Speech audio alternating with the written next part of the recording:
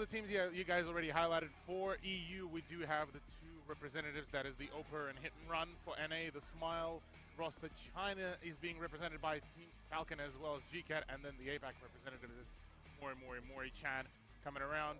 Yeah, well, look, this is our bracket for today and tomorrow as well. We do have our first two matchups in the upper bracket coming right up, and that is Oper versus GCAT, and then Hit and Run versus Falcon. The Seed 1 versus the Seed 2 of the opposite groups. And then in the bottom part of the leaderboard at the lower bracket, we do have and Hit and Run may have quite the upper hand going into their own respective matches, though I'd still probably argue that Falcon could give Hit and Run a bit of a run for their money. But what are your thoughts so far? Salve, salve. A transmissão.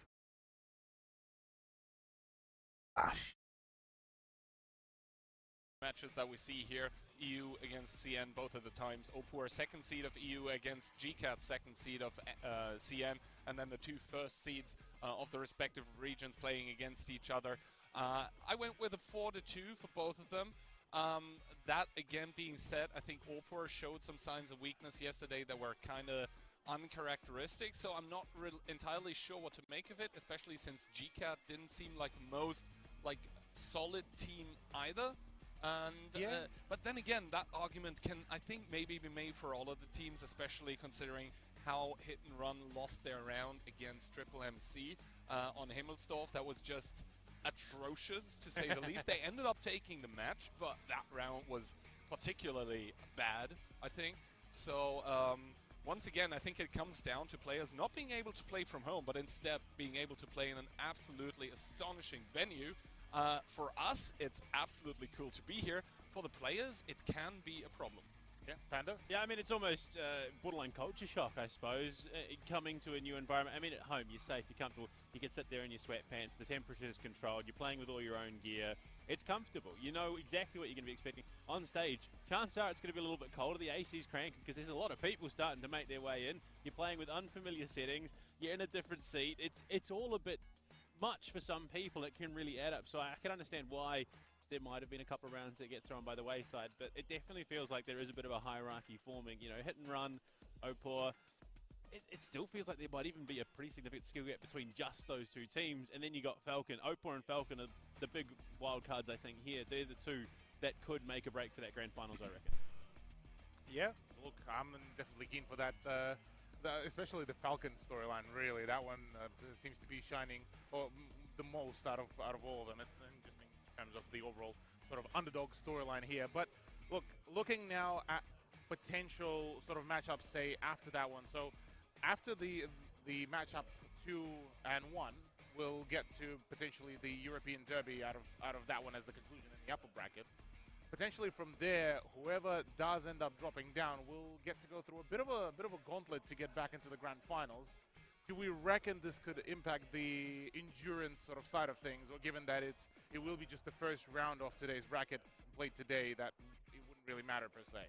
So I am kind of the numbers guy sometimes, although I don't like to do math on stream. But essentially speaking, if you drop your first match in the upper bracket, obviously the chances of you taking it all, taking the big 500,000 yuan prize pool, which translates to roughly, I think, $65,000 are significantly worsened. Because essentially, if you make it one round further into the upper bracket final, even if you lose that one, you drop immediately down towards the lower bracket final, and that significantly reduces the amount of games that you have to play to move forward into that grand final. So you definitely don't want to be dropping that one. I think in the history of VOD 7 tournaments, because essentially we have a double elimination bracket now at our hands, and basically on EU and NA sometimes as well, we play exactly the same format. Maybe the Chinese guys even took some inspiration here, who knows? But in the whole history of 13 VOD 7 tournaments, there was only one team, I think, that dropped down from the other upper bracket immediately that took it all. And there wasn't a single team that came from the lower bracket, like from the start, and took it.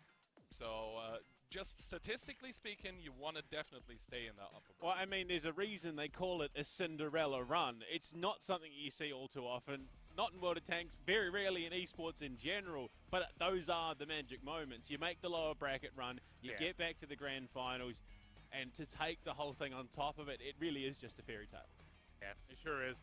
Look, I mean, now we get to really start talking about, you know, potentially even the map picks, because in a few of the scenarios, we do get, you know, really the deal breaker sometimes can be the map picks. Essa moral no meu canal aí, se inscreve lá. I mean, remembering Minds, how important it was for Oper in their first game against Falcons, that they needed the Minds to play out the way how it did. Tihan, you being as the map guide's man, do tell us sort of what do we need to sort of avoid for the EU representatives? So I think for the EU representatives, it is kind of the weird thing that they like playing Himmelsdorf a lot, both of them, just because they're so familiar with the map. But Himmelsdorf, like, it is an OG map, but at the same time, even after like 10 years of World of Tanks esports, teams keep figuring out new ways how to play the map, new ways how to surprise their opponent. Obviously, new tanks being added to the game plays a part into that, mechanics being changed, etc. But fundamentally, the map itself stays the same. And so players with a lot of experience will naturally feel at home there. That being said, all of those streets, all of those angles, particularly on Himmelsdorf, can make for surprises, just like we saw yesterday in between Hit and Run and Triple MC. I think on open maps where it's about rotation, slow play, that is where the better, more experienced teams will have an easier time. Then again, if you don't like playing those maps, even as a good team, it can be hard. We'll have to wait and see, I think. We'll definitely have to wait and see. For now, we'll have a quick look at our teams.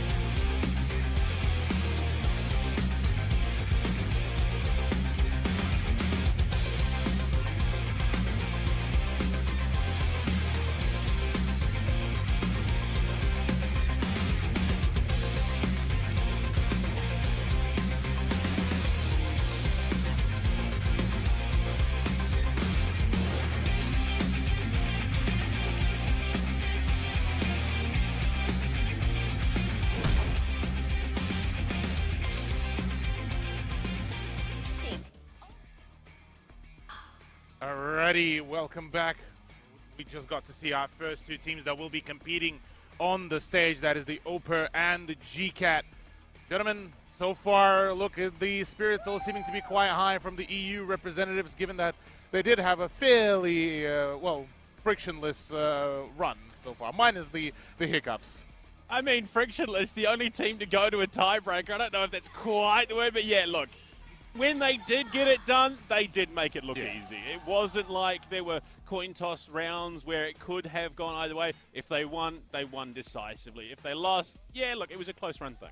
The GCAT, so far, they've had a bit of a bumpy run, really, with their performance. It has been sort of all over, a few sparks here and there, but unfortunately not yet anything decisive, isn't it? I mean, the thing is, like, they got stomped 3-0 realistically by Hit and Run. Then again, there have been a lot of teams in the past that got absolutely trashed by that team before. So getting 3-0 by Hit and Run, I mean, it just happens sometimes, right? It doesn't matter what kind of team you are. It happens to everyone, so I don't think that is a proper way of how to assess their strength. We did see them going 3-1, I think, against, who was it, Smile or Triple MC? I believe it was against a Triple MC, yeah. Triple MC. But it is worth remembering, as long as GCAT's on the stage, everybody's a winner. You got me there for a sec. Yeah. Look, you are not wrong. You are not wrong. Everyone is, in fact, a winner. But look, now that we get to talk a little bit more in depth about the strats, about the approach. So from OPER so far, how would you rate their strategies? Has it been a little bit too almost too defensive on some of the occasions, or is it just more so feeling slightly more experimental in their approach comparative to the usual? So I think the match that we should mostly be talking about here is definitely the match that went 3-2 against Falcons by OPER. So just a quick recap of yesterday. I think the first round they had won absolutely decisively on their Sand River defense. That was picture-perfect gameplay, 7-0 stomp, and honestly I think all of us thought like, hey, that was the first round, probably will be a pretty quick match, guys. But then, you know, second round there was actually a last-second reset coming in by Falcons, and then you started seeing that some of the OPER players, I think they were starting to second-guess themselves against the team of Falcons.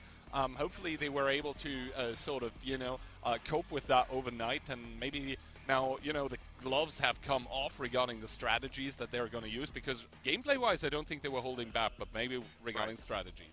So then the next question being is, do we think that for OPER, if, for example, one of their plans does fall apart, the adaptability to, say, go into plan B is still a little bit shaky? I mean, you got to remember that 3-2 was an entirely defensive affair. True. Every single round was a defensive win. So I think the issue is, yeah, they know what to do on defense. Obviously, you're a little bit more comfortable on defense because the clock is now working for you. So you can just sort of default. You don't have to push anything or force the issue. As an attack, you have to be proactive. Yeah. And that's where they really struggled yesterday. They did, yeah, look, shore it up and get it done in that second game, but today, hopefully they've done their VOD work, hopefully they've been talking. It's about making those proactive decisions on the attack, sticking to a commitment in that play. You know, if they're going to go for a push, commit to the push. Yeah, commit and they to the need bit. to double down. That's the one. Well, we do get our predictions as well. Fairly one-sided prediction set, although varying in the score lines. Really, the furthest that we can go is the 4-2 scoreline. Blue Panda, absolutely brutal, by the way. Yeah, GCAT. Look, as much as I hate to bash on the local team, underwhelming, honestly. A 3-0 loss at the hands of Hit and Run, and then they also, to be fair, both Hit and Run and GCAT dropped around to Mori-Chan. But, I mean, realistically, that should have been a clean sweep. It should have been a clean sweep for GCAT. They shouldn't have dropped the round to Mori-Chan. So, I think, realistically, if OPER played the way they did yesterday, even with those attacks looking a bit shaky, I think they've had the time to shore up those weaknesses. They should, by all rights, be able to clean sweep this. That's a fair point. And Kihan, look, both of us went with a 4-2 scoreline for ourselves, imagining that there would still be some kickback from GCAT. Is that right? Yeah, so there's two reasons for me. One, I don't think you can really take it at face value. As I said, that GCAT got stomped 3-0 by Hit and Run. As I said, that sometimes just happens against a team like Hit and Run to everyone. And the other thing is that I think OPER, they didn't look too convincing on their attacks. Yes, they might have smoothed it out, but honestly, best of 7, that is, it is only 2 more potential games than a best of 5, but I think it feels like an entirely different affair, because on a best of 5 after one map, it can be 2-0, you can immediately be playing against match point. Not the case in a best of 7. I think just the pacing of the match is completely different. Dropping one round is entirely possible, and from there on out, it's just one more until it's a 4-2. So, but mostly it's me trying to cover my butt and playing it safe. Playing it safe. Yeah, look, fair cop, fair cop. Look, yeah, I'm basically with you here. I think, yeah, there's only so much that we could see in terms of just the sample size for the performances of some of the teams that ended up playing against Hit and Run, seeing as the skill gap was definitely quite rather high in terms of that. But look, I am definitely quite curious to hear what's the opinion of our Chinese counterparts as well, because I would imagine, look, there would still be some hope for the local representation, maybe. Yeah, look, you got to back your local. Mori-Chan have made that very hard, but yeah, you got. I mean, as much as I want to say, yeah, this could be a close affair. You look back at that GCAT Mori-Chan game, and they were making some of the most bizarre plays. And the only reason they didn't get punished as heavily as they could have is because Triple MC played it even worse. I mean, you push up the middle of Prokhorovka with your entire lineup out in the middle of the map. You were wide open, and Mori-Chan got, what, 3 shots in, and 2 of them bounced. You can't be giving those opportunities away. GCAT, it could have been a worse scoreline, honestly. Yeah, look, I definitely would have to agree with you. Things could have been... Oh, there we go with the predictions, actually. And I think that is the first time in the entire tournament where we essentially see the Chinese casters being, well, not dead center, but sort of split in the middle. It's a 50 split. Yeah, It's a 50-50 split. 50-50. All right, that's the first time, because yesterday they were, I would say, kind of not biased, but leaning towards the home team. I think Opor yesterday made an impression, at least on them. It's fair to say, I mean, you look at the scores, the best one there for the Chinese prediction is a 4-2 in favour of GCAT. So they are aware that if GCAT does it, it is going to be a brutally hard-fought match. Yeah, absolutely. It's it definitely, at least it's good to know that they're still being somewhat realistic about the possibilities for GCAT. But it is also quite cool to see that it is quite an even split. Whereas for majority of the predictions for the Opor as well, it's actually all 4-1s and 4-2s. So if it's an Opor win, it's a full send. But if it's a GCAT win, yeah, we sweat it. But look, now we get to talk a little bit closer as we're starting to draw a little bit closer to the actual matchup as well. Maps-wise, what do we want to see? Specifically from GCAT, specifically from Opor? I mean, not specifically from these teams yet. Yeah. But there is one map I've been missing dearly yesterday. That is? And that is Cliff. Because honestly, like, I can't get enough of Himmelsdorf, watching it, spectating it, casting it. It's just obviously awesome. And Cliff is that second OG map where it's just like immediate brawl, you get your action in. And you really see what the teams are made of, because I think Himmelsdorf is sort of the make or break map regarding tactics, regarding reactions and rotations, and Cliff is sort of the make or break map in regards to immediate calls that you need to do once you see the enemy lineup and how they split up, and then focus fire, shootout. I think it doesn't get more Cliff than that. Yeah, I mean, look, if I'm being honest, from my experience in commentating World of Tanks, Himmelsdorf is it's the gentleman's duel. You kind of you abide by the rules. We're going to do this, we're going to do this, and we'll go for it. Cliff is the bar brawl. Yeah, gloves off. It is just people are pulling pull cues off the wall. It's just no holds barred. See, I'm with you on both of those maps. But I kind of did enjoy the chaotic nature of mines that it sometimes can be. Yes, it's one-sided adventure sometimes, and yes, look, it can end relatively quickly. But it's one of those maps that, yeah, look, if with Cliff you still have to, drive up a couple of hills to just get to that brawl. Mines is just you drive straight. Okay, in like what, just about 20 seconds you're already in the brawl and ready to rumble. But look, yeah, I'm definitely keen to see how that will really perform, though. Something tells me we might see maybe a cheeky Prokhorovka maybe would have been an interesting one, especially for GCAT, seeing as they had a relatively decent success, though comparatively against Mori chance. Doubt that would scale as much against Opor. So far, boys, take us through the ban and pick phase so far. Gone already. Yeah, there's the proc Sand River Prokhorovka taken out early. I think Opor. Oh, there we go. I love to see it. Absolutely. Let's go. And I have to say, I didn't even look at the map picks, so I was just genuinely hoping, and there it is. Interesting, though. GCAT were the ones to opt to band away the Sand River. Opor, I mean, they didn't look horrendous on it. No, but they still looked quite solid on that one when they actually nailed their pacing, especially on the defense. Right. Cheeky Muro in there as well. All right. That being said, obviously, Cliff and Ghost Town, the first two maps. If we go 4-0, then we don't get to see Morovanka. But I don't think it's going to be a clean sweep. Look, I'm not complaining that we might skip Himmelsdorf. We've seen enough of it. Come on, something fresh, something new. You can never get enough of Himmelsdorf. But other than that, I don't think we've seen Steps yet. Yeah, Steps is yet to happen. What are the other maps? Did we skip any other one? Tundra, we saw Ghost Town. Well, technically, we still yet to see Morovanka if it's not going to be played. So Morovanka and Steps, the two maps that we haven't seen yet, together with Cliff, but obviously that one is the first one on the cards now, and honestly, I can't wait. Absolutely.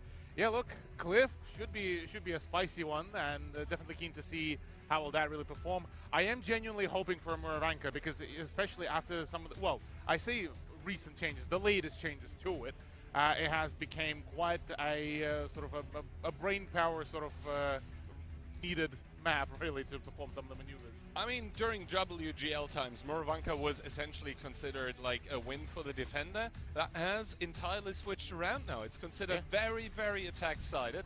That being said, sometimes these events tend to like develop their own traction, and after that, nothing is like it is before. But yeah. Alrighty, gentlemen, enjoy. The very first round of Cliff is upon us. Let's get into it.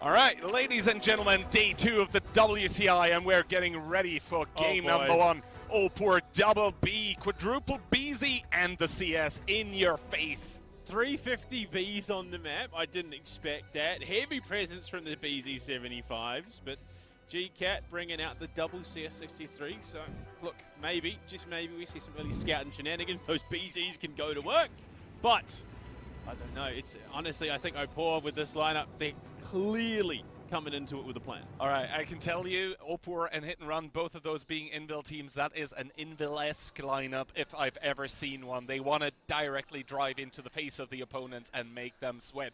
Split-wise, though, we see the 50B and the BZ for Opor going towards the lower side, so only two tanks there. We see GCAT with a lot of commitment towards that lower side. Everyone else for Opor driving towards the middle of the map. And now we'll have to see Ozek there spotting out in the 1-2 line.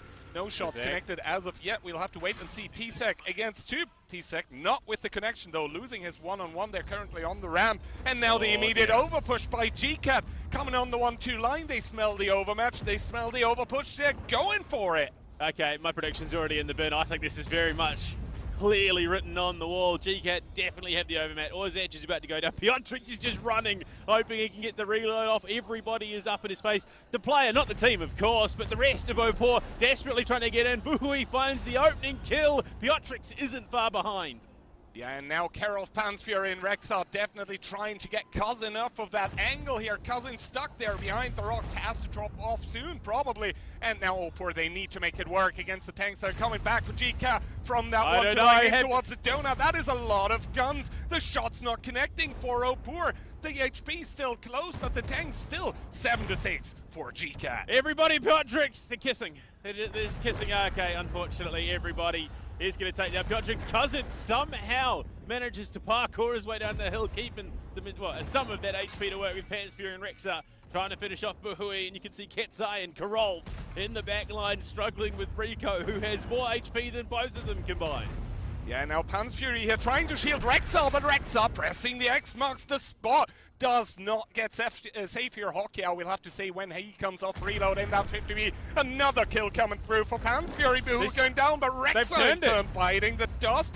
The HP still in favor of GCAT. The guns, even though 4 versus 4. When is Ketzai coming off reload? T-Sec from the hill, farming as well. Cousin from the sidelines with the connections. This is a free-for-all here currently, but Opor trying to make it work as Karol bites the dust. 600 HP difference. Opor might have just turned this Ketzai. Getting the big damage in. Hotgaus one shot as well. Can he get the reload off and get that fight started back in favor of GCAT? Opor have flipped this back on its head. Kihan, they're well and truly in position to win this. Opor, once again, a team with incredible communication, incredible cohesion. Lesser teams would be out of this one by now. Opor on their defense still hanging on, hanging strong, but the problem for them is that the HP that they have, the rotational power with T-Sec that is currently still spotted in that CS63. He is on the hill, he has the HP, and Hokia with that 383, that essentially is a 50-50. T-Sec once again getting spotted out, I believe that is by Cousin in that CS63. Does Cousin reveal himself? I don't think so. But T-Sec getting into the, he's getting in position to assist with this inevitable fight that has to come their way. Cousin, he's a little bit out of position. He's going to have to make some movement to try and be able to assist here. So if Opor pull the trigger onto these two tanks that they know are playing up by the donut, they could turn this into a 3v1 very quickly. Yeah, now we can see T-Sec here peeking, does not connect the snap onto Okyao, seems to be hold down, seems to be safe though, and that is a lot of information gained for the side of Opur here. They know where that 50B is, that means the CS from the sidelines may be able to provide shots in towards the side of Pansfury, but everybody obviously a one-shot as well for that BZ. Does Pansfury come into it? He does come in with the low roll. Ketsai now with the full HP 50B is coming in. Pansfury was Amarek, but Ketsai with the pickup. Cousin from the sidelines though with the equalizer. Now it's up to T-Sec here to make it all work. Is he going to get the roll onto Hokyao? T-Sec coming in from the sidelines. Hokyao obviously aiming for that BZ. We see Cousin trying to line up the shot, but there comes T-Sec with the roll, and now it's only Cousin remaining. The power of the CS up on the hill providing that Overwatch. Opur have weathered the storm that was GCAT, and what was a phenomenal start with the overmatch down the bottom, and that left-hand side of the map has turned into a nightmare. Yeah, and now here we can see Cousin. We already saw his player cam. The man, he tried to do everything, but in the end he has nothing remaining as T-Sec. I think the MVP for his team, easily winning the hill, providing the shots. Absolute performance by the CS player.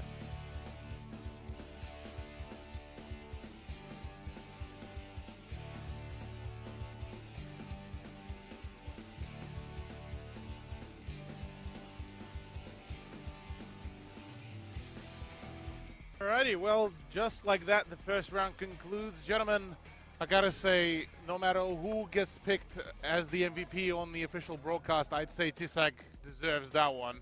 Single-handedly winning out the hill and then providing all the fire. It's not just that. So he met Cousin on the hill. Yep. Missed his shot, took some damage, but Cousin was the one to back up. Didn't feel he had the support and just gave the hill up freely to T-Sec. From that position, he was able to control the battlefield, assist his team. That moment in the opening break made that round for Opur. Yeah. Okay. I mean, if there ever was a round to start off the day with, that was it. Yeah. What a cracker. What a banger of a round. Oh, yeah. Definitely a barn burner there, really. Look, yeah, I'm still a little bit sort of confused as to how it all got turned around, because it was such a good entry as well from GCAT at the beginning, getting rid of that positioning just under the ball as well, and then moving on to the gunfight. Everything seemed so good, but yeah, like you guys highlighted, yeah, the fact that Cousin dipped away from the hill definitely did change things up quite substantially. So the thing is, I think everyone here will agree that it is kind of weird how Opur get back into the round, but that is sometimes just the inbuilt magic. Yeah. That they are able to, you know, I don't know, just, you know, they wave the magic wand, and all of a sudden the victory for their team is on the board. I think it is absolutely incredible. Like, the thing is, the communication that goes into it, they really, as a team, even in a shootout, like 5 people, and they are able to coordinate the alpha damage on towards the enemy tanks so that the most amount of guns goes away and the least amount of alpha damage gets wasted. And I think no other teams, except for Indel and maybe 1 or 2 others in the world, are able to do that quite on that level, at least outside of CIS. Out of CIS, yeah. Look, definitely. Okay, that goes goodbye one of the cards, but look. Yeah, that was the script where GCAT was supposed to win the first round. Yeah, yeah. We're moving on to the script where GCAT wins the second round, maybe. Yeah. Look, going into the second round. Do we feel like there could be any major changes in terms of the lineup, maybe? I mean, look, it wasn't a clean win, so I would maybe imagine we see 1 or 2 changes, but for the most part, it felt like what they brought worked. I think it was the positioning ultimately that was the real catalyst for what happened. I mean, you know, getting overmatched in that position that Opur did. I mean, I think the real savior was the time wasting that the players were able to achieve before they ultimately went down. That's what turned it. But yeah, I couldn't ultimately fault the tanks that were brought as to how that played out. Yeah, look, definitely curious. I am kind of concerned though for the team of GCAT now, I have to say. How come? Because obviously they did have a very good opening, and like opening wise I think they were superior. They were, I mean, you see the damage graph here right now. GCAT, they were ahead for a long time, and then somehow magically Opur managed to, you know, try to edge ahead again, and that is the problem for GCAT here mentally, that they know that they were ahead, but somehow it slipped away from them. That means they gave away something that they weren't meant to, and that even subconsciously, it gets to you, I think. Yeah. Well, I think we found the magic one that is Tisek, really, with the most amount of damage as well, 3,700 really going his way, and then 36 from Pan's Fury. Still surprised that it did end up being sort of Pan's Fury that ended up being sort of that second place really here. But so far, what is our main takeaway, Panda? Tisek's a bit of a goat. He's kind of just an absolute monster. You give him a mountain goat. Yeah, exactly. You give him an opportunity, he's going to make the absolute most of it, and it's really something that these teams need to get on top of. I mean, 91% breakdown rate. I think that refers to the like connections that he did, and I can tell you with the CS without vertical stabilizers. It can be rough, and the thing is, the first shot he didn't connect on the ramp in speedy mode, so that was probably the only one he didn't do. Yeah, I think with the speed mode on, CS can be a little bit questionable on the accuracy. But look, all things considered, it actually worked out quite well. Now, I believe this is now going to be GCAT's defense. I believe, is that right? Yeah. So now going with GCAT's defense. Surely we would see a little bit more maybe passive play, maybe play closer to the actual middle rather than Donut to receive the play, or do we expect the same aggression? That's once again the cool thing about Cliff. If you give up too much immediately, then you're gonna lose the round. So is they that can't part of the be guides too as well? passive. Okay. Yeah, I think expectation is a pretty dangerous trap to be getting caught in, especially in a competition like this, and playing against regions that you don't necessarily play against every day. So I think for GCAT, I think you go for the smart option, which is get the control that you traditionally get, try and hold the map that way, look for Opor to make a mistake, and then capitalize there. Because, look, we know in the reverse, if Opor spot an opportunity, we saw it in that last map, they're going to take it. There we go. Well, round 2 is right up upon us of Cliff, continuing the possibilities for GCAT to make a comeback.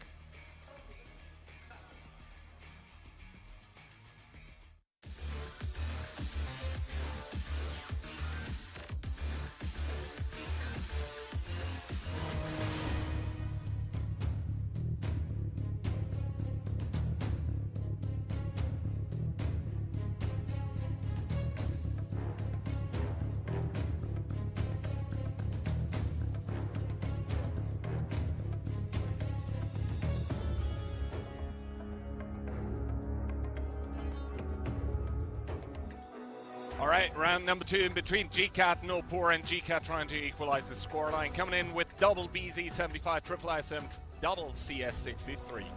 On the opposite side, though, double 277, the double BZ75, and the triple CS63. So there is going to be a heck of a lot of mobility on this Opor roster. I can tell you, before the dawn of the BZ, as you might call it, there were even setups on EU with double 277, 5 CS. So triple CS, nothing unheard of, although that is obviously a lot of mobility, but a lot of squishiness as well. Split-wise, we do see the singular CS by Opor getting committed towards the 1-2 line. Everyone else, Davai, Pat, Centro, everyone towards the middle. And for GCAT, we have 3 tanks towards, make that 4 tanks towards 1-2. Oh boy. Rexa should be fine here. He takes 1, he takes 2, but he should be able to make it out. That is assuming that he's gonna. He's got to. He's just got to dip. He's got to get down the cliff, but no. Realizes he got too much speed. Cousin coming in from the back. He's pinned. He's hitting him with the Mufasa. Can he get the elimination there as well? Rexar is in a world of trouble right now. The shot not connecting. Rexar, what can you do? He's just pumping out little bits of damage here and there. He gets the repair up, but oh no, it's happened again. I mean, yeah, it did happen again. He was pushed off, but at the same time, Cousin is out of the game for now. That being said, GCAT obviously with the HP advantage of 3k here right now. Tsek trying to stay alive against Hokyao, who's now boosting behind him. Rexa finally on the low side eliminated, but Buhui falling in that IS-7 as well. Tsek now very, very low. We'll have to see if someone will be able to pick it up. Once again, the full map is just a free-for-all for everyone. Can Opor make it happen again here? Don't seem like it, as they're also trailing in tanks. Another big connection into Hokyao is going to reduce him towards a 2-shot. He's trying to get out of there. Another shot by Tsek. Hokyao down towards 43, but GCAT still 2k ahead. Tsek, I think, nailing that shot in from the back might have just provided opening. Yeah, look, it's still an uphill battle. Karolf battling on his own. Needs to get whatever damage he can out before he falls, and it should be moments away, and there you go. Can't even get the shot out at the hands of Rico. Goes down 3 versus 5, and that push, that aggressive push on the defense for GCAT has worked wonders. Yeah, that aggressive push by GCAT indeed finding immediate success. I mean, it is not all over yet, but it will be soon, as Opur only left with Ketsai and Orzek in the BZs respectively, and those tanks just do not have the DPM available to get rid of the GCAT tanks. So GCAT, after losing a round 1, which realistically they should have picked up anyway, are going to equalize it. And for Opur, the cohesiveness, the just incredible playing together, not enough this time. Yeah, crowd's loving it. Big win there to tie it up 1-1 for GCAT.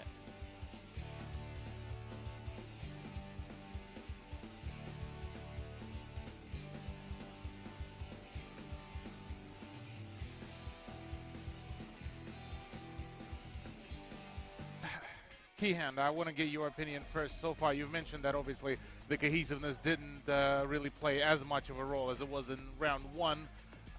Thoughts so far? What happened to Opur? I mean, realistically, it should be 2-0 here.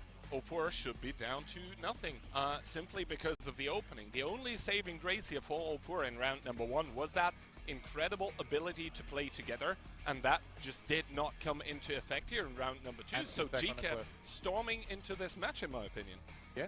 Yeah, I mean, it's almost a night and day difference between yesterday and today. GCAT are making commitments to the play. Yesterday we saw the indecisiveness. They were hedging their bets when they'd go for players a little bit nervous maybe. But coming in today, they make a call, they stick with it, they commit to the bit whether it works or not. Didn't work in the first round purely because Opur are just, I think, a bit better as a cohesive unit. Second time around, they get the overmatches, they get the isolations. Rexar just being absolutely bullied out of position.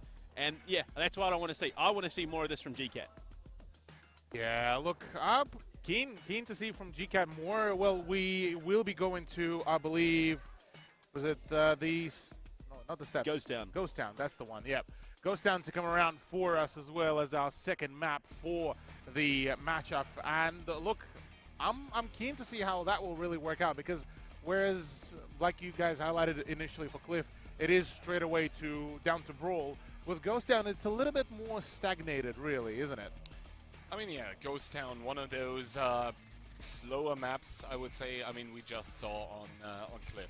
I mean, those 2 rounds together, I think maybe took like 4-5 minutes at most, and it felt like 2 minutes in total. Like feeling and actual time obviously sometimes differs, but we'll have to see. Ghost Town is one of those maps that does tend to take longer, simply because the defender does have an advantage. I think yesterday we saw it like 63% for the defender.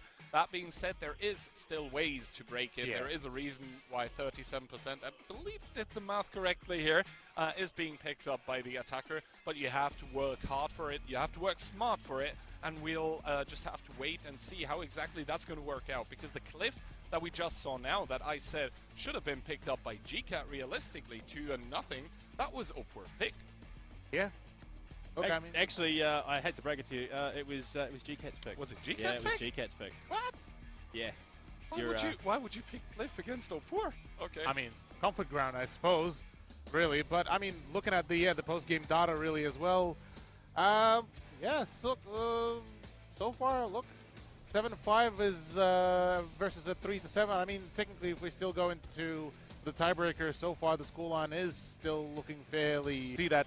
Now that TSEC wasn't really enabled to do any sort of damage, it was looking much more promising for GCAT.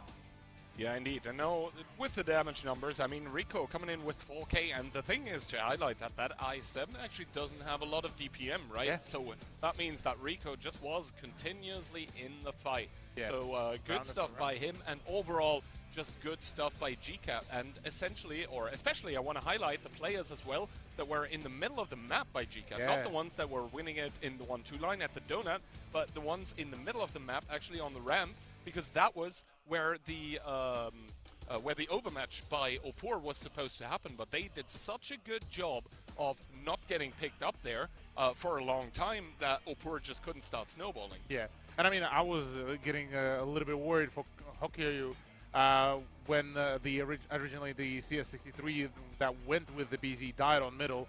and then he still somehow managed to turn things around. Yeah, Panda, thoughts on that one? Well, I mean, it's one of those situations where the macro starts with the micro. It's keeping yourself alive so the team can get involved, and that's exactly what we saw. You want to waste time. You want to allow your team to reposition and assist you, and that's exactly what we saw, yeah. Yeah, the boost game from Hockey has been good.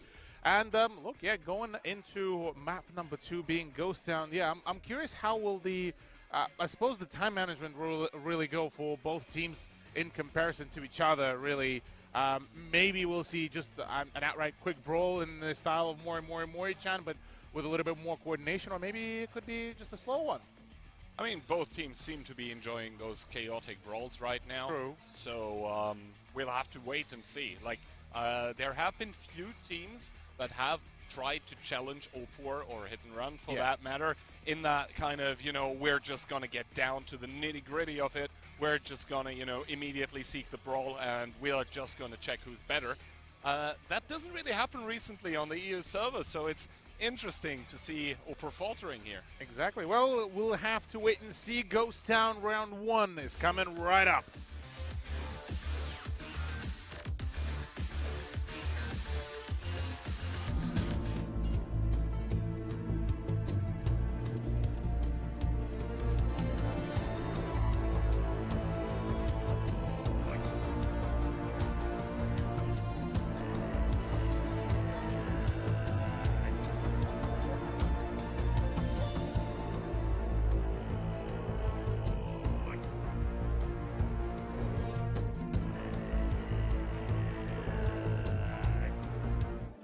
All right, round number 3 in between the two teams that are tied up 1-1 currently. GCAT coming into Ghost Town with double 60 TP, 1 IS7, double mouse, a Super Conk, and the CS to boot. And then Opor, you look at them coming into this double IS7, double E5, and some big chunky boys coming in to play that mid position. I would imagine Opor are looking to just overmatch as best as possible on this deck. Obviously, you're going to be wanting to play around that 2 flag, want to get the healthy boys in the middle, soak up that damage as much as you possibly can, or avoid it if best. I mean, the win condition here for GCAT is basically, you know, survive the onslaught of the Mouses. And to get that win condition going, I think they need a couple big connections from Hokyao and from Rico in those 60 TPs. They need to reduce the HP of those beefy Mouses. 3,440, not as much as it could be. That's because they're not rocking the Bond HP. Instead, I think they're having the experimental equipment installed on there. But yeah, pretty cheeky opening by Opor. That's not where you see the triple mouse normally, but those experimental turbos coming into effect as well. Yeah, these sides of the Ghost Town itself, dangerous position in ANZ, has led to more deaths than actual, you know, from shells. Oh. You got to be careful. You got to make sure you drive a straight line. If you any deviation, all of a sudden you're in the ditch, you're upside down. But no issues with a team like Opor. They're going to be precise on the mark. But one of those Mouses is lagging a bit behind, obviously playing for maybe a cutoff.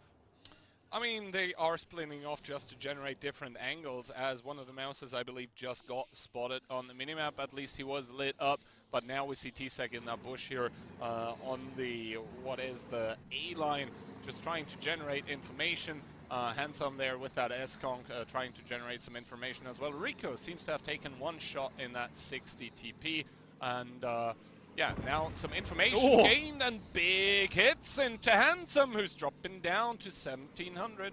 Yeah, look, okay. Luckily bounces that one there. That could have been a far worse situation. Orzech, he's going to try his luck here. Pokes his nose out, and TYP and Hokyao find themselves a little bit surprised, but it's you can shake that off.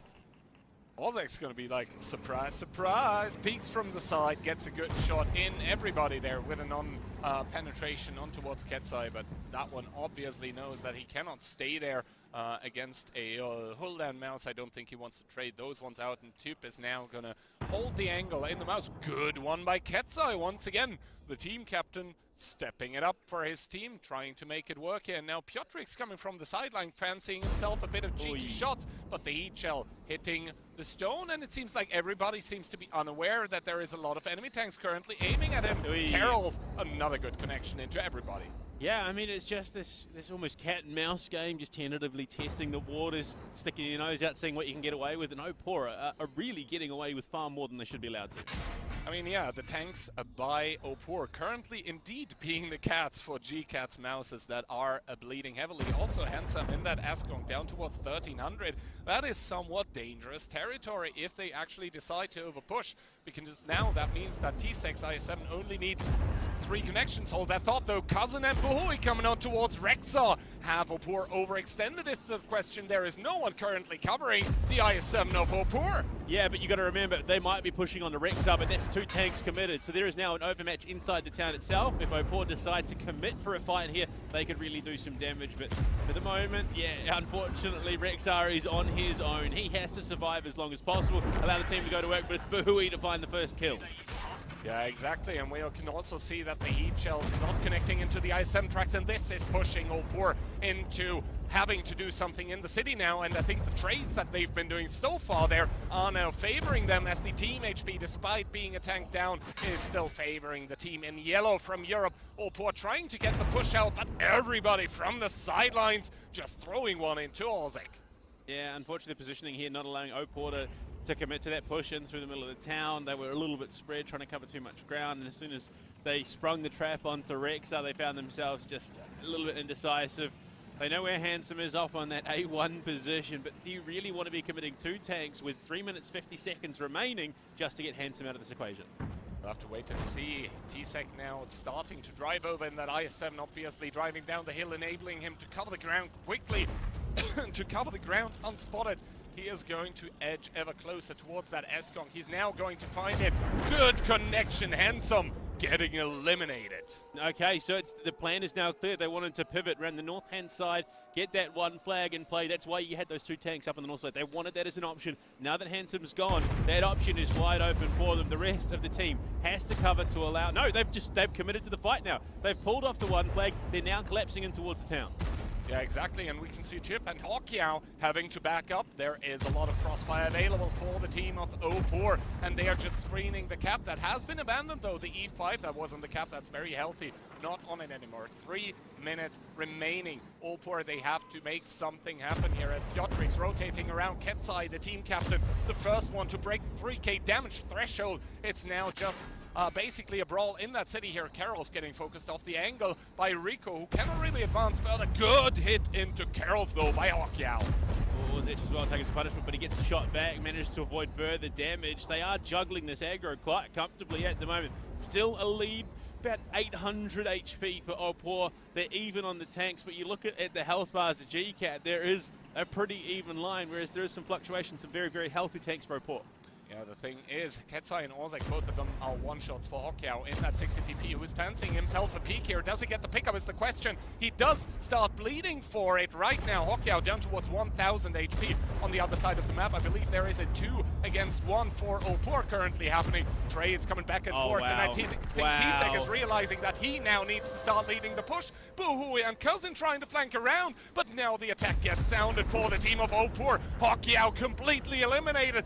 Buhui flanking around the back, taking one by Orzik, but that one isn't a one-shot either. Piotrik's getting shielded very well, and Pan's Fury coming in with the full HP E5. I mean, the team play out of Opor there was just beautiful. Juggling the aggro, allowing the rotations, baited GCat too far forward, and now they hit that switch. They go on the aggressive. They start pumping damage into these tanks. GCat is falling by the wayside here on Ghost Town. It's Tai P and Cousin left remaining against a 6-man strong Opor roster. There's 1,200 HP difference. There is a reality where somehow GCat could pull this out, but that chance, that odd is dwindling by the second. That odd is indeed dwindling. We can see Cousin here trying to get that connection. Good one into the gun mantlet of the mouse of Ketsai, but 20 seconds remaining and only 1 tank for GCat.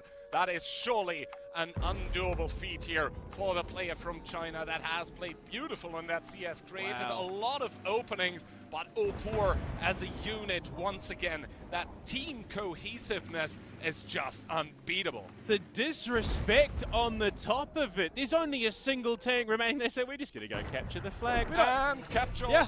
No all kill cap is what we are seeing here. Like, why waste your time? We can get it done easy.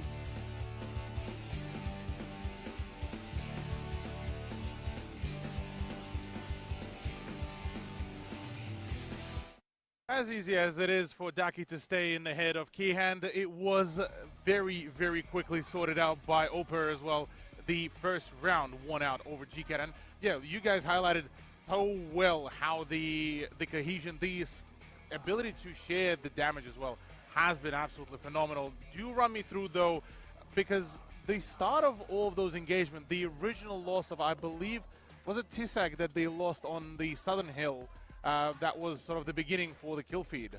Rexa, yeah. Pardon me, yeah, it was Rexa. But yeah, so that one, I mean, whilst I was watching, it definitely had a bit of a hint of concern for Oper, but what do you guys think? I mean, once again, it was a piece of art to watch how the Oper players as a unit at that single corner was sort of juggling the HP between them, were juggling the shots that they were taking.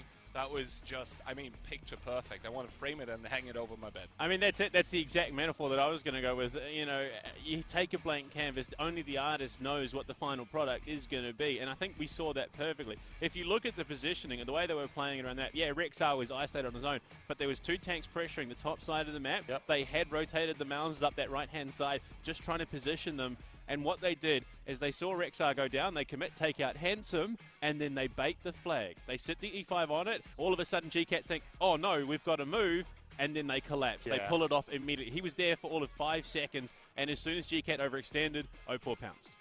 Perfect execution there. Completely. Now moving on to the defense for Oper. With them needing to ever so slightly do, well, technically less in terms of the movement.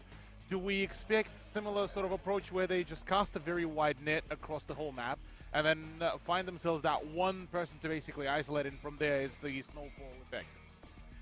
So historically speaking, Oper, like there was a team before that was called the Bananas. That was also Polish players on the EU server. I'm reaching back a bit now, but basically that team, I think it was Pozdropochvich that they were called, which means don't skip training, something like that.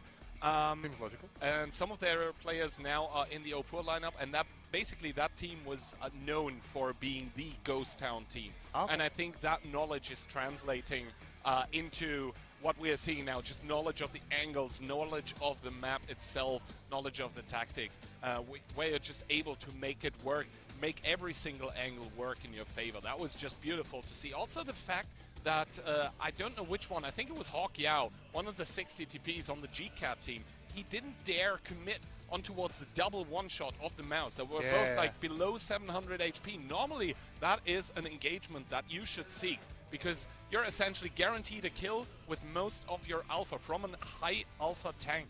I think the Oper players would pick that.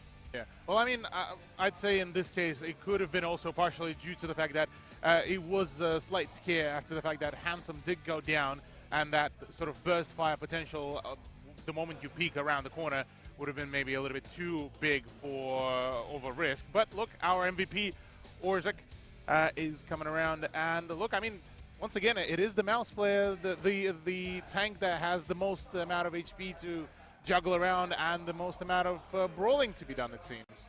Well, I mean, he killed 60% of GCAT, because you got to remember what Cousin survived. He took 4 out of the 6 tanks out of play. I mean, Cousin at the end actually did end up going down, but yeah, it had been capped. So. After the buzzer, it doesn't count. Never look. Yeah. I mean, there is something called a buzzer beater for a reason. Yeah. Doesn't count with a tank. See, he only got the 4. He only got the 4. So, I mean, it was a 7-1 as well. So, yeah, buzzer beater. Maybe we'll have to talk about the devs getting that involved. But, I mean, it was the team play there was spectacular. And if Oper keep playing like that for the remainder of the tournament, it's more than likely going to be an EU final. And there is a chance. If they keep playing like that, it may not be hit and run lifting that trophy. Ooh. I mean, then again, the tactics so far not that good by Oper, but the team play absolutely impeccable. I would say maybe then again the Chinese teams just coming up with good answers towards the tactics. We'll have to wait and see, I believe, in round number 4. Yeah, look, for round number 4, I'm definitely quite keen to see how this all perform, because, look, maybe there's some possibilities for the bit of the strat hide before they get to hit and run, maybe, if they end up winning here. But yeah, any final thoughts before we send it off to? I mean, you have to hope for GCAT that once again the tactics come into effect, and if you're holding it with Oper, I mean, you just hope for once again beautiful team cohesion, because realistically, like, yeah, tactics being what they are, but team cohesion is just beautiful. Well, we'll see how that team cohesion goes. Round 4 is right up upon us.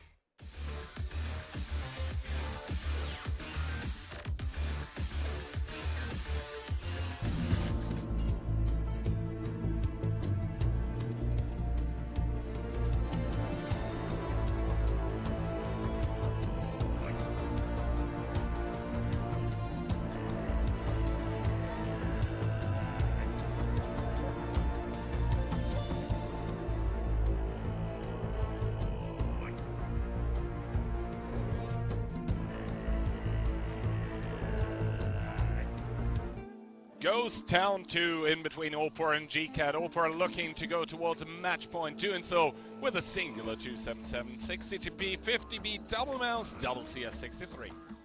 Yeah, I mean, for GCAT, the triple mouse coming in for them as well. 60 TPs, 113 in the CS 63. They got some pretty hefty firepower now going into their defense. But again, I mean, the biggest issue that I don't think GCAT is quite caught on to, not everything is as it seems. Just because they're indicating one way doesn't mean they're going to commit that way. Exactly. Also 113, I believe, the first time we're seeing this tank on the big stage. I think we may have seen one yesterday. It was a very brief appearance, if I remember correctly, but I do believe we have seen it already. Definitely the first time I'm casting it, at least, but we'll have to wait and see. Important thing to mention here is that Opor is coming in with double CS against Cousins singular CS. So that means in the long run, Opor are going to have priority over the outside angles, simply because 2 mediums is more than 1. Doesn't need a big brain to figure that one out. Now we can see Rexa getting the spot onto Buhui. We can hear through the sound that he is spotted as well. So he does get quite a bit of information. Now the peak coming out from Pan's Fury. Shot by Rexa not connecting, but Pan's Fury does. Slight high roll, 510 damage taken. Ketsai also with a good punish on towards Rico, but that now means that Rico and Handsome are going to make it on towards the cap, but big punishment onto Rico. Yeah, I mean, GCAT, I mean, respect him for not wasting any time and getting involved, but the amount of damage taken in that cross, Orshak, he's taken a shot there, but he's got Ketsai to help punish. 1,200 damage in an instant onto Handsome between the two of them. And there is 2,700 HP combined on the point at the moment. That is not the healthiest lineup. Yeah, now we can see Rico trying to fancy himself a shot into Ozek. That did bounce onto Handsome, and now Ketsai with another big one onto everybody. Those 60 TPs, just brutal when it comes to alpha damage, but Tip in the mouse now committing on towards the cap. That is a triple cap if I've ever seen one, so 16 seconds for the players of Opor. We can see on the outside T-Sec and Cousin battling it out. Not sure who's going to win it here. Cousin seems to have the reload advantage, so it doesn't matter though, there's 7 seconds. 6 seconds. We can see Piotrix with that 50B, 1 shot remaining, trying to hurry. The reset does come in. The ignite by Rexa here coming into effect as well, but Cousin should be winning that one as he does pick it up. And now the resets once again provided, everybody dropping in the mouse as well. So we'll have to wait and see. Currently GCAT, they've bled so much though. Yeah, it's feeling like a too little too late situation, and all of a sudden they just have to vacate the point. They've almost got about just over half of the HP pool that Opor have. And Orshak, he's still there, he's got support as well. Handsome and Tip on him, but Ketsai comes in from the back, and yeah, look, Orshak, he goes down in the end, but it doesn't matter. He's played his part to a T. Ketsai picking up Handsome, and now he's going to turn and burn and try and take down Tip, who's one of 3 remaining for GCAT. Also Piotrix still alive in that 50B, just with the rotationary potential starting to clip out onto Hokyao. And here Ketsai once again, the team captain, coming in with another kill, and Rexa still on the prowl, on the flank. Hokyao down towards 483 is probably gonna try and turn to shoot towards Ketsai. Isn't gonna happen, but yeah, Opor on their defense here with all the answers towards the questions that were coming from the side of GCAT. And Rexa, he played his life in the first round. This time he gets to thrive and farm. Still alive, Cousin left alone. But how many times have we seen him in the 1vx situation? He was in it last round. I think he was in that first round. He was one of the last ones alive as well. I mean, look, yeah, he's got 2,700 damage, so it's not a bad showing, but finding yourself in a 1vx situation. It was 1v7 last time. Oh, no, sorry, 1v6 last time. And, I mean, it feels like me in random battles, you know? Yeah. I know, I wouldn't know that feeling. I go down very early. It's usually Cthulhu who's using me as a meat shield that's the last alive. Oh, I see what's happening there. But yeah, 3-1 for Opor.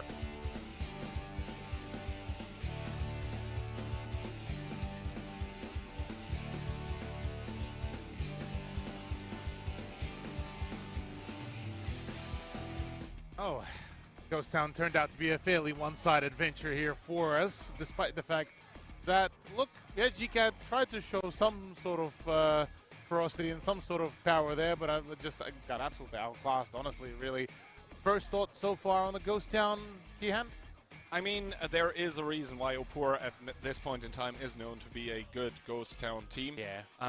That's the legacy power. Honestly, I also think that the approach by GCAT, that is the first time that I really didn't like their tactic. I thought that their approach towards the cap attempt was pretty one-dimensional, simply because they sent the 113 behind the mouse. I mean, nice gimmick to have the mouse take the damage, and then the 113 is supposed to be full HP, but the fact that Cat's Eye was able to get one on the cross, on the first cross, and then a second one into the 113 actually just completely ruined that. If you do that, in my opinion, you need faster tanks than mouses to surprise the opponent with the immediate cap. Yeah.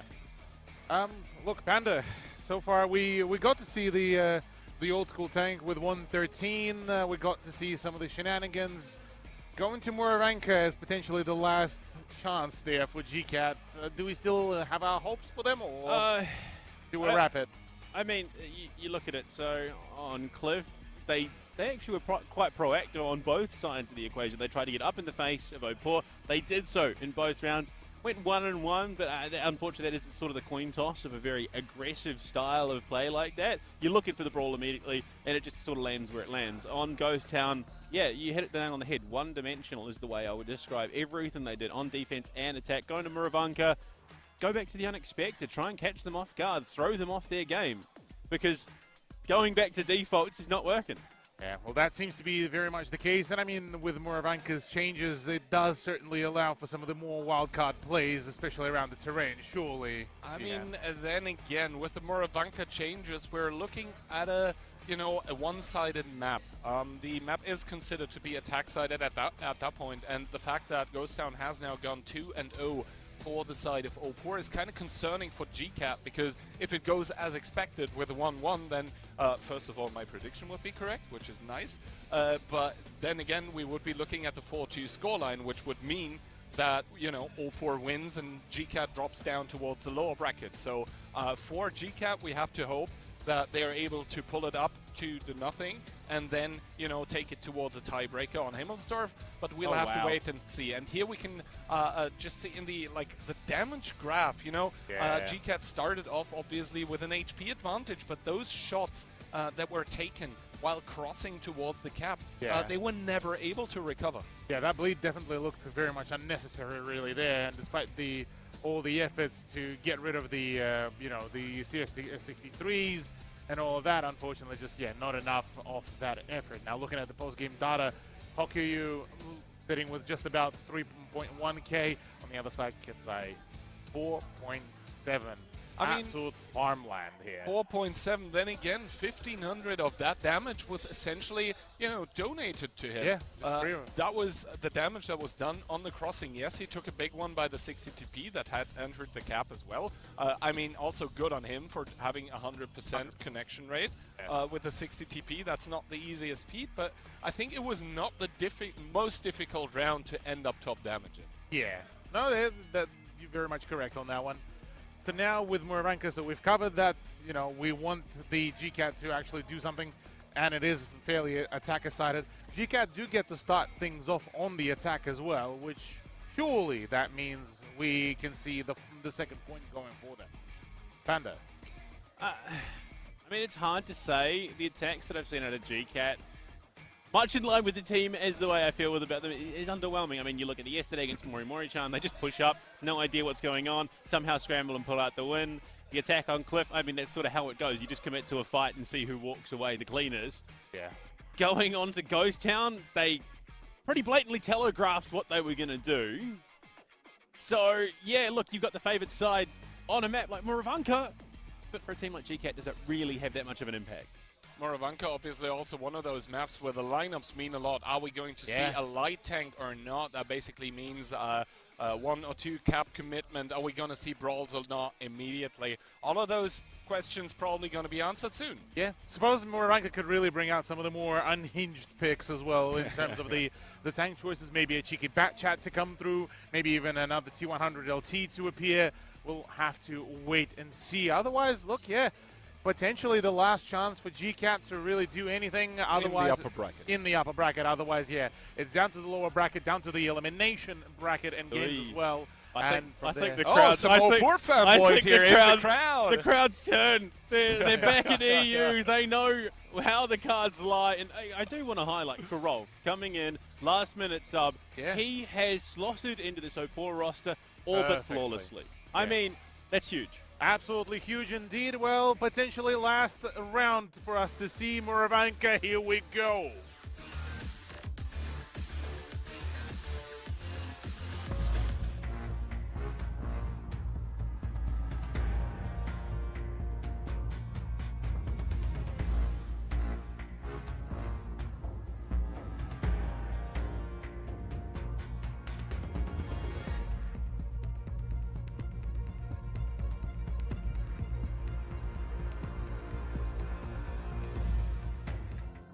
All right, possibly the last round in between Opor and GCAT in this upper bracket semi-final. Opor trying to pull it over the finish line, doing so with double 60 TP, double I7 and Mouse, and S-Konk, and the Batchat. Yeah, I mean, the bottom side of that roster is largely the same for GCAT as well, at least at the bottom 3, the triple IS7 and the E5 coming through for them. So largely similar lineups, the big difference obviously being those 62 Ps. All right, so Opor starting on defense on Moravanka. It is supposed to be the non-favored side here, so right now Opor trying to fight against the odds, but fighting for the victory in the match, and now we'll have to see how exactly GCAT are going to approach this.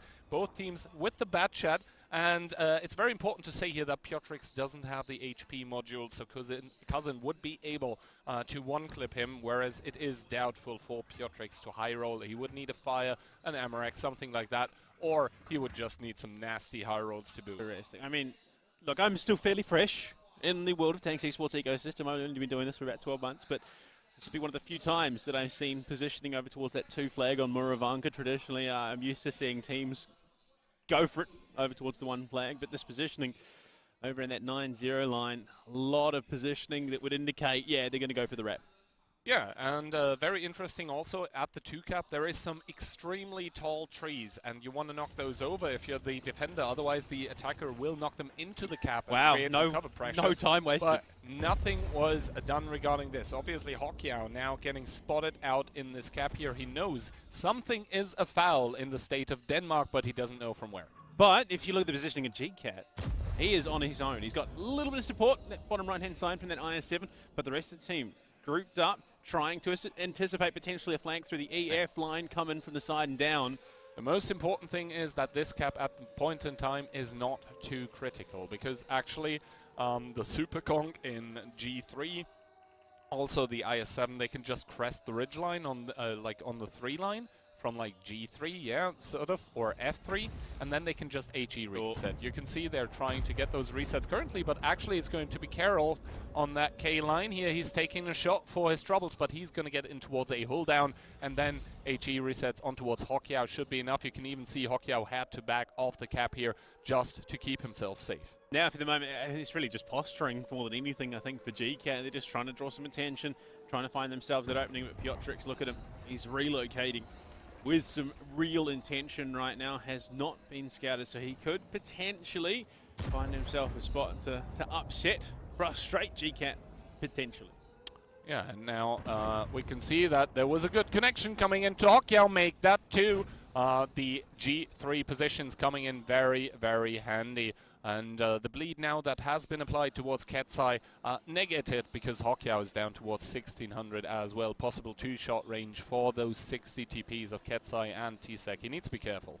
A wrap from GCAT. They have retreated back towards that A-line as well. So I don't know if they've just gone back to the drawing board. It seems like they've just completely given up on the gambit because, well, Opor haven't fallen for it. Now they're potentially going for a wrap onto the one flag. It just seems like GCAT isn't entirely sure what the game plan is. I mean, and now we do see some rotation by both teams, and actually a lot of tanks getting pulled towards that C4 area. That is Buhui, Cousin, Handsome, all of those tanks starting to drive there. Piotrix having taken one in the Batcher, but Pansom taking one by T-Sec. And that is not what you want to have happen to you. Essentially taking shots of damage before the push even starts to happen. Rexa, though, taking one by the Super Conk or the E5 of Buhui, not sure. I think it was the E5. And this is not that great for Opur, to be fair. They now have some tanks that are just stuck on that one line behind the houses. But in fairness, they have the defense, they have the clock working for them, so it's not the end of the world. They just sort of have to sit there and exist. They don't actually have to commit to anything. It's GCAT that are going to have to force the issue here. Ooh. Right now, Ketsai, that's some big damage into the side of Cousin, who, look, he's not going to get the opportunity to shoot back just yet. And by the time he actually gets involved in that engagement, Ketsai might have another shot chambered.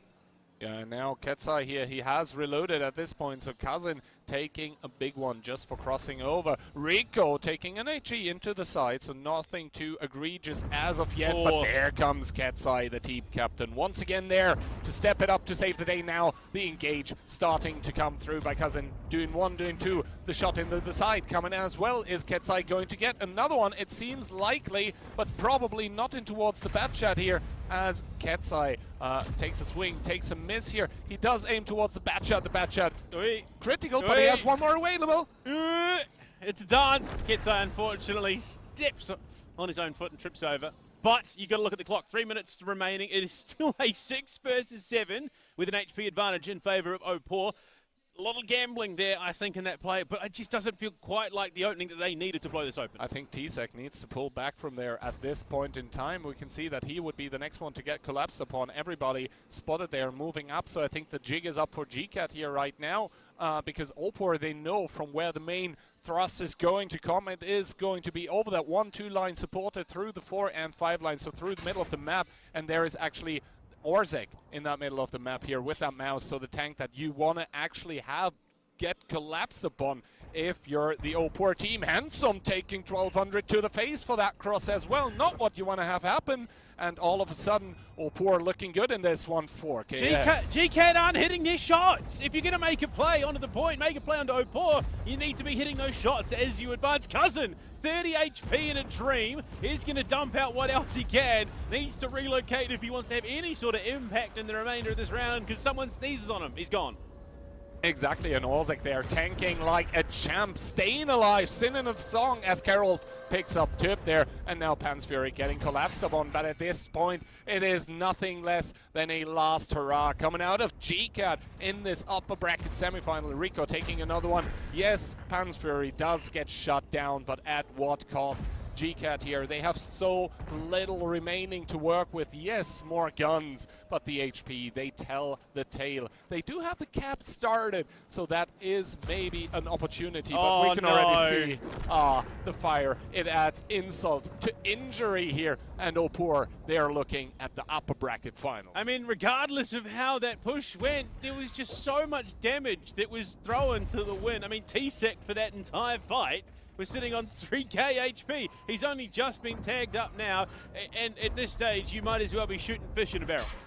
Yeah, exactly. T-Sec here, I don't think he got the reset, though, with that HE, so Cap actually getting kind of close. Karol coming over, but they're the first reset into everybody, and we can see that the tanks by Opur, they are very close. The HP, they are simply not there. Another kill on towards Rico, another reset for Opur, and that is all but confirming what we already know, that Opur are going to get the 4-1. Yeah, this is, I mean, that was such a rough round for GCAT. Their initial play, the bait wasn't fallen for by Opur. They then relocated, tried to make something happen. Is Hanson the last, well, actually no, it's Cousin again. Of course it's Cousin, the last alive. He's got 30 HP. I think he is just going to frustrate Opur as much as possible with only 19 seconds left on the clock. EU has booked that upper bracket final. I mean, yeah, at least half of it, and realistically, Cousin might try to annoy Opur here with staying alive, but I don't think there is any annoyance to be done, as they are going to get the prize of being in the upper bracket final. Good job to Opor.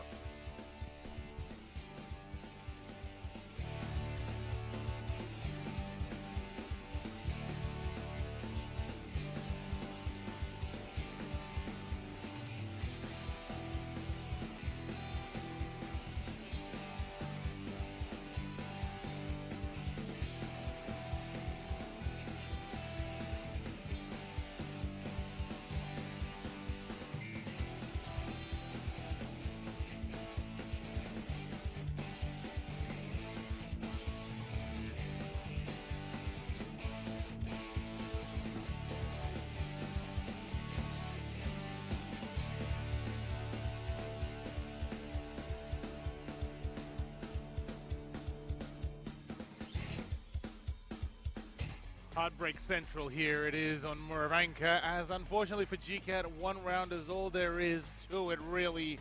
And look, lads, for Oper at the end of it all, they managed to finally tighten up their act, and from there on, it was seeming to be like a fairly smooth ride.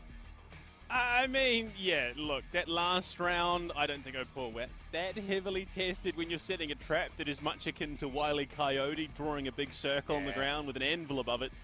Yeah, look, it was not that hard to avoid. Opor, yeah, look, there has been improvement from yesterday, and that's exactly what you want to see. I mean, to be honest, I don't think the score of the match does it justice, really. 4-1, it is a very, very harsh scoreline, considering that I was even saying after map number 1, it should have been 2-0 for GCAT. Yeah. Look, yeah, definitely a bit of an unfortunate turnaround, but suppose, yeah, your scoreline came to fruition at the end of the day, Kihan. I said 4-2. You did? Oh, yeah, we did. Which would have been the case if GCAT just pick up that second round on Cliff and then we go 4-0. That would have been the case. Oh, yeah, they could have won the series if they won the 2 rounds after that as well. Yeah, look, not wrong. But hey, this is not the end of the day, though, for GCAT. They still get the opportunity to battle through the lower bracket, where I believe they are next up to battle with, I believe that will be Smile, actually. Smile should that be they on will the be cards, battling. yes. So and then the loser of our next matchup is going to be battling against Mori-chan, which is going to be a rather interesting finish, all things considered. But look, let's break it down a little bit more as to what really happened on Muravanka, because look, a whole lot of battles without really a whole lot of success there, really, from GCAT, as much as we hope to see. I mean, in the end, I think it was mostly Opor staying calm on their defense, not losing their cool. They did not really react, I think, at all, except for sending the IS-7 after Hokiao started the cap with their respective IS-7. There was exactly the right amount of measured reaction that made it, that completely nullified what GCAT were trying to do. After that, GCAT tried that north push, in which Ketsai honestly did a beautiful job of holding on and just, making his life such an expensive trade for GCAT that after that, not only was there the resource of HP gone, but also the resource of time was missing as well for GCAT. So good job by Ketsai there. Definitely has been a solid turnaround, and as we look at the scorelines, very much one-sided adventure right after that round number 1. Look, it almost feels like it went borderline downhill, really, from there. At the conclusion of the second round of Cliff 3-7, then it went down to 7-1, 7-2, and then, well, almost a 7-2 on Muravanka as well, which definitely didn't really showcase us much of that explosive performance that we sort of hoped from the GCAT, really. Well, I mean, it started off that way. Yeah, Cliff, I would argue, was quite an explosive It start was, to the series, and then they default back onto Ghost Town, and then Muravanka, I mean, just, I don't know who they thought they were fooling, but you've got one tank on the point, and then everyone else is just nowhere to be seen. Like, it's kind of obvious what the game plan is there, and this man, Tisek, on the hill, did not drop a single point of HP up until the last, 45 seconds. Just pump it away with the 60 TP. Look, you can't be letting him have those opportunities. We've seen it time and time again. I mean, Polish player in a Polish tank, absolute match made in heaven, it seems. Yeah, it certainly seems that way. I mean, Oper had quite a fair bit of liking towards the 60 TPs in any possible lineup, no matter where they go, which lineup they take. It's always at least a double 60 there to be present for that extra damage, for that extra high alpha damage, mind you, as well. So, look, at the conclusion of this. So we now have one team going into the upper bracket finals. So now between the upcoming two, the Hit and Run versus Falcon. That one, I'm hoping. I'm not going to say for certain that this is going to be a close game, but I'm hoping for a close one, despite the fact that Hit and Run so far been by far the most dominant one out of the whole WCI. I mean, normally speaking, it should be the best match of the day that we have, because it is EU first seed against China first seed, and we only have EU and China in the upper bracket here. So theoretically, that should be a cracker of a match, but then again, there have been instances in the past where you're trying to hype it up, and then all of a sudden 4-0 clean sweep. And then there is other matches where like, this one's, basically clearly cut, and you end up with an absolute nail-biter. We'll have to wait and see, honestly. Man, Keyhand out here living in the past. The future is now, old man! It's going to be a heater. It is. There's no other way it could play out. I mean, you look at it. You got Falcons who really put OPOR through their paces. They looked good, unfortunately still losing out. They still made it to the upper bracket. Then you have Hit and Run, who started the day strong, still somehow dropped a round to Triple MC. And all of a sudden, that confidence is shaken. I don't quite think Hit and Run is as strong as we perceive them to be, because there are weaknesses. If you're dropping around to Triple MC after 3-0ing GCAT, how good are you really? Honestly, I think they weren't taking that match as seriously. Like, as harsh as I realize that sounds, I don't think they were treating it as seriously. And maybe after the 0-1, they realized, like, all right, guys, let's stop playing. That makes it even worse, though, because if they come into this expecting that they're going to be better than Falcon, that's true. Hubris is a real unforgiving thing. Hubris comes before the downfall, indeed. Yep. Then again, I mean, Hit and Run, they have looked absolutely stellar against GCAT 3-0, and there wasn't a doubt in anyone's mind throughout that matchup who was going to win it. I want to go back just a second, though, towards the match that we just saw. I want to highlight that fighting against OPOR must be a scary prospect from here on out for anyone that's going to meet them, because you saw that, especially on Cliff, that even if OPOR isn't maybe starting with the best opening anywhere, they are just simply able, by sheer willpower, to take the match or take the game into their hands, rip it out right under from their opponent, and that is something that I haven't really seen from any other team so far. Yeah, it's the mid-game and the end-game endurance run for OPOR that has been the winning clause really for them, whereas majority of the other teams tried to capitalize on the initial momentum, and unfortunately, no cigar just yet. But look, all things considered, this has been so far a pretty heated matchup, so glad to see that GCAT still had some kickback on that one. But look, it has been so far quite a banger of a startup. We didn't really get to see GCAT go too quietly into the conclusion of that match. Now, with the second one, the Hit and Run, you already said that obviously Himmelsdorf would be one of those sort of almost staple maps for you to play. It's always a fan favorite. But on top of that, what do we feel like we should see here between Hit and Run and Falcons? I mean, Hit and Run and Falcons, Hit and Run, first of all, you said it. Himmelsdorf, then I guess, or I think they aren't the worst of Ghost Town teams either, just because they're training so much with or against OPOR. Cliff, once again, I mean, we just saw OPOR demonstrate why even with a bad opening, they cannot be counted out simply because of the magic that they're able to create between the 7 of them. Other than that, I think, Sand River, we've seen it yesterday, is a map that is being played on rotation, same as Prokhorovka. I think the scary thing here is that any map that you play against those teams, you're always like, yeah, we would like to play it, but then again, this team that we're playing up against, that Polish powerhouse, do we really want to play on that map against them? Do we want to play against them at all?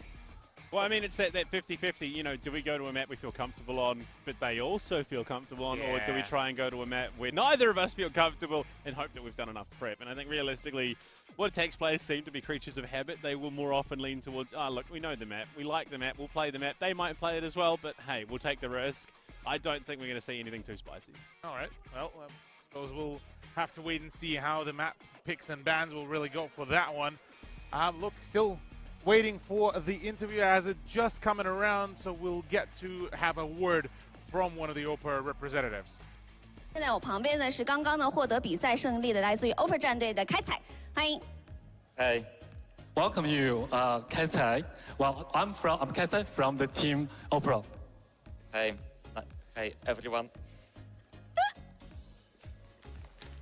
OK， 那其实昨天我记得在昨天的第3场的比赛当中呢，开采当时其实是拿到了一个4杀，当时让我眼前一亮。我们当时就在想，哎，那这场比赛是不是 OPER 获胜了之后会采访到他？结果他昨天没有来，但没想到今天呢非常有幸的采访到他，还是很开心的。Well, I'm happy because I saw that yesterday match you killed 4 the E1 single battle. I was thinking to myself, will I be able to interview you in today's match? Well, I did. I'm very happy that I have such an opportunity to interview you today again. Yeah, I think maybe I did forget, but I'm not looking at this because I have to focus on the next game. So sorry, I just don't remember. But yeah, thank you. 好，谢谢你。实际上，我其实并不记得昨天的具体的数据，因为比赛之后没有看具体的击杀数，但仍然很高兴我昨天有这样的成绩。那其实呢，我觉得在今天那场比赛当中，能感觉到今天的这场比赛打下来的之后，感觉节奏上是不是对比昨天会有一些新的变化？ Well, compared with yesterday, apparently today's battles are more faster paced. So was it our plan to play faster today? No, we didn't try to play faster. In this game, we want to read their style, and then we can change our style. I think you know what I mean. Yeah. So yeah. 哦，是的，今天节奏很快，但这并不是我们的计划。实际上，我们是做了这样的准备，根据赛场上的情况，我们做出应变。我们最开始没有想到今天比赛节奏会如此之快。那我想今天的 GIRFFIN 其实也是在一波一波的攻势当中，让他们被迫打破了自己这样的一种节奏。但是他们其实以不变应万变这种良好的心态，其实最终还是拿下了比赛胜利。 Possibly you got caught by surprise, being so fast-paced today. However, eventually you use a principle, just based on your style and make a counter-action accordingly based on what's happening on the battlefield, and you made it to the final victory. Yeah, they did a really great job because they're playing so fast. They're playing so fast. In this match in this round, they do some gamble and play one to side. So it's really interesting, and I didn't expect it. 是的，他们的节奏非常快，他们在个别地图上，在某一个线路同时上了非常数量的坦克，我们完全没有想到，让我们很惊讶。那你怎么看待我们 GIRFFIN 的一个指挥？你觉得他是一个什么样性格的一个指挥？以及他作战的一些思路，你觉得哪些地方让你觉得印象很深刻 While playing against the GCAT, how do you feel about the commander of the other team? How do you feel the captain's personality? Does it influence you over the matches? I think he know how to play, and he read the maps. They have good reaction on the first ghost. I think that was our attack. So yeah, it was impressive for me. 是的，对手的指挥他非常优秀，而且他非常了解地图，也会及时做应变。在几张比赛过后，我发现他是一个很难处理的对手，但是非常高兴，还是有机会跟他一块来竞技。那其实呢，今天的比赛完全结束之后，想问一下，你们平时在复盘的时候，大概在训练的时间跟你的观看 VOD 去研究接下来的战术的一个思路，大概的配比会有多少 ？Wow, we are curious about the time allocation thing. So how many hours do you spend on training, and how many hours do you spend on reviewing or watching the VOD after battles? I think we have 3 months to prepare for this tournament, and we're spending like 4 hours in a day. And of course, I don't know exactly, but after hard training, we have to spend a lot of time on analyze or revealing. So yeah. 是的，复盘很重要，但我们实际上并没有一个固定的分配比率。我们通常会比赛训练4个小时，然后休息，然后会花很多时间，一定数量的时间做赛后的复盘、数据分析。只是我没有固定着这样的比率。那最后一个问题，你觉得坦克世界对你来说最大的魅力是让你觉得是哪一点 ？Well, we got a final question for you. So, what is the particular charm of World of Tanks to you? I really don't know. Yeah, I don't know. 我说不好。OK， 好，那非常感谢我们的开赛接受我们的采访，也是预祝你接下来的比赛当中可以打得越来越好。Well, thank you so much and best luck in your upcoming battle. 我们再把掌声送给他，谢谢。 One more round for you, class. 谢谢。